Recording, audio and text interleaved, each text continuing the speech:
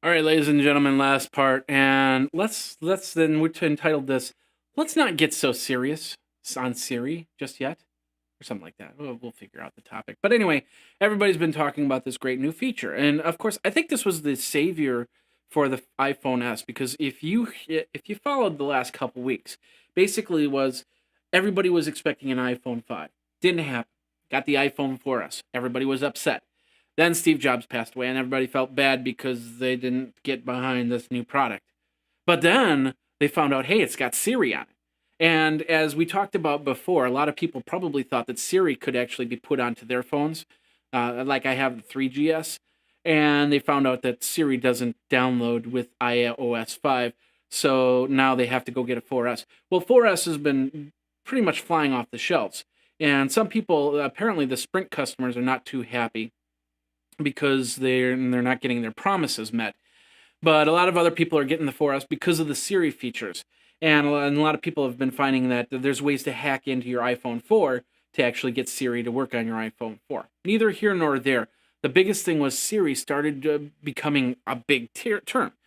Now, Siri, there's a question as to how the name Siri came about. Siri actually is short for Sigrid, which is a female name. So that could be Siri. Of course, Siri is also a fictional character in a book, and I can't remember the name of the author's book that could have come up with Siri. But then again, the investment firm, the venture capital funding firm, was called SRI or SRI basically. So that could have been how Siri came about because one of the investors was big on this technology. So either way, we've got Siri. It's a pretty cool little product, but it doesn't work all the time. It's got problems to it. And everybody's now complaining. So they went from happiness. It's like, oh, wait, I got Siri. It's looking good. I'm taking all these cool questions, asking questions like, will you marry me? And it says it's not in my end user license agreement. And they go, oh, okay. Now they're starting to ask questions and they're getting lags in the response time. And they're wondering why. Well, the reason why is because what happens, how Siri works, is basically you pull out your phone, you hold down the button, and Siri pops up. You tap on the button and you say, Siri, how do I get to the movie theater? It goes and it recognizes the voice, and it deciphers the question. So it comes up with, how do I get to the movie theater? It then will go back to Apple's servers, and it will find the answer, and then that'll bring it back to the phone. So it's all dependent on what type of connection you have, whether it be a 3G connection, a Wi-Fi connection, or whatnot. And so it comes back and it gives you the answer. I asked Siri at the Apple store, who's cooler than Siri or something like that? And it came back and it gave me the weather, the temperature, which was pretty interesting, but I suppose. Okay. So, but now everybody's complaining because they're all using it and they're all using it for silly things like, will you marry me, Siri? It's not in my end user license agreement.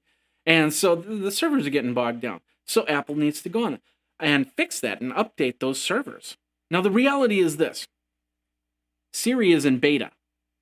Don't forget that because whatever you do, if any mistake happens and you complain to Apple, you know what they're going to do? They're going to come back and say, well, it's in beta right now. What do you expect? It happens.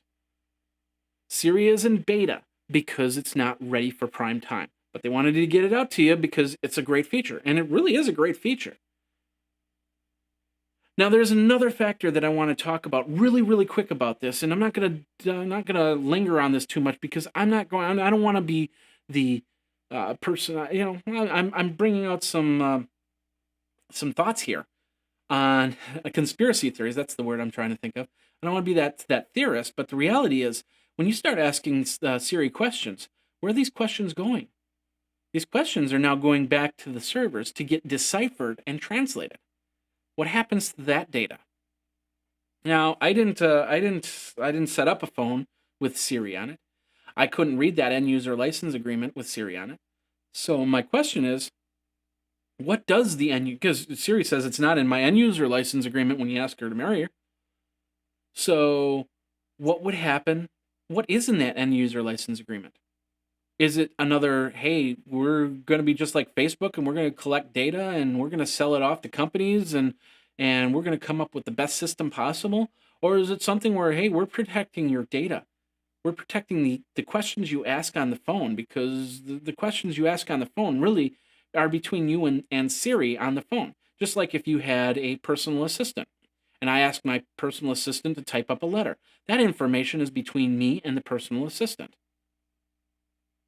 Still a lot of questions that need to be asked and answered about Siri. The one thing that I really am curious about is how that end user license agreement is written. And I'm going to be looking it up because there's got to be something on there. There's got to be some sort of nomenclature on there, because if they don't have that, then I could see some people coming up and saying, I had this meeting and it was completely private and now everybody knows about it. Or I'm getting ads on my on things that are talking about this meeting which was supposed to be private. Privacy is a big issue, and that's what I'm wondering what's going on with Siri. So, am I serious about Siri? Yeah, a little bit serious about Siri. I don't know how they're handling my data, just like with Facebook. Something to think about.